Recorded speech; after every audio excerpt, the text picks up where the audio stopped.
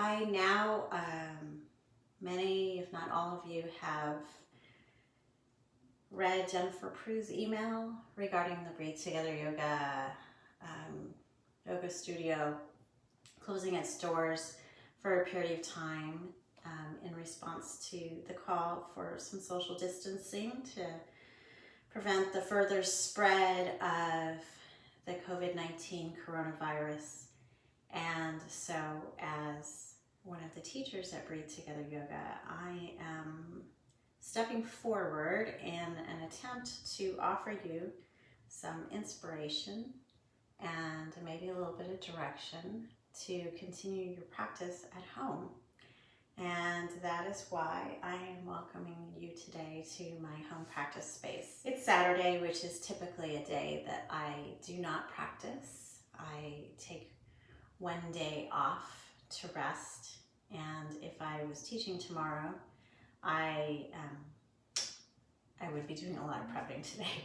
Honestly, that's what I'd be doing. I'd be working on my playlist, kind of perfecting the last bits, that making sure the order of the music is right, and also just kind of reviewing what it was that I would be giving my students for my Sunday flow class. But I had gotten a sub. Anyways, this is where I would practice. I'm kind of rambling.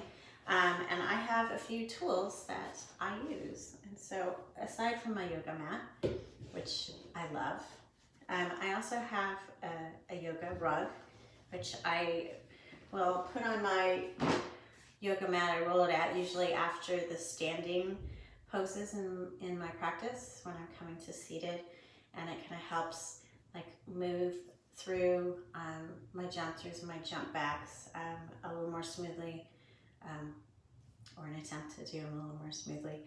And when I'm practicing at home, if I really want to work on those jump backs, really want to work on that core engagement, I use the help of some yoga blocks, because I still don't have it. I've been practicing for, I don't know, 9-10 years for Ashtanga, and I don't have them yet. If you don't have any blocks, some books that are equal in height can help you give a little bit more lift, so that when you're doing some things like trying to lift up, you can use the help of that to give you some height.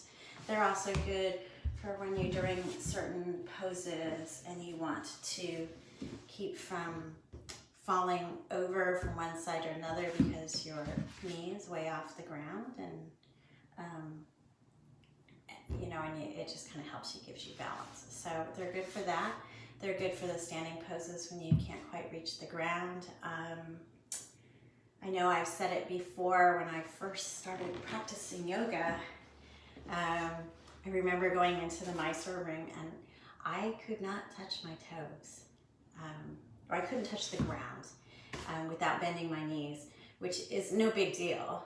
But in order to really help me kind of work on opening up those my hamstrings and being able to kind of feel that movement, I sometimes would use blocks to kind of place my hands down to the blocks instead of to the ground, because the ground was a little too far away. So anyway, so there's a lot of things you can play around with in your home practice. I do not practice with music, which is probably good, because I'm planning to post these videos to YouTube and they end up blocking my videos if I use music anyways.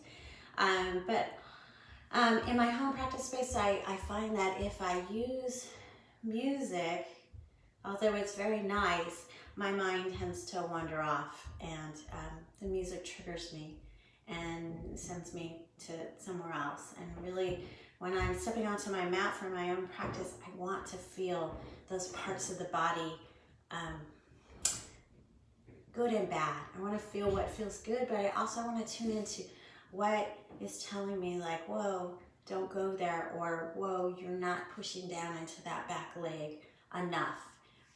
My body really talks to me, and I try and listen to it. So anyways, this is going to be a new journey for all of us, and I hope you will come back and join me and check into what I have to offer. And if the first video is kind of sucky, I'm sorry, but I promise I will keep on working at it, and it's going to get better over time. So, namaste, be well, and I hope we get to see each other soon.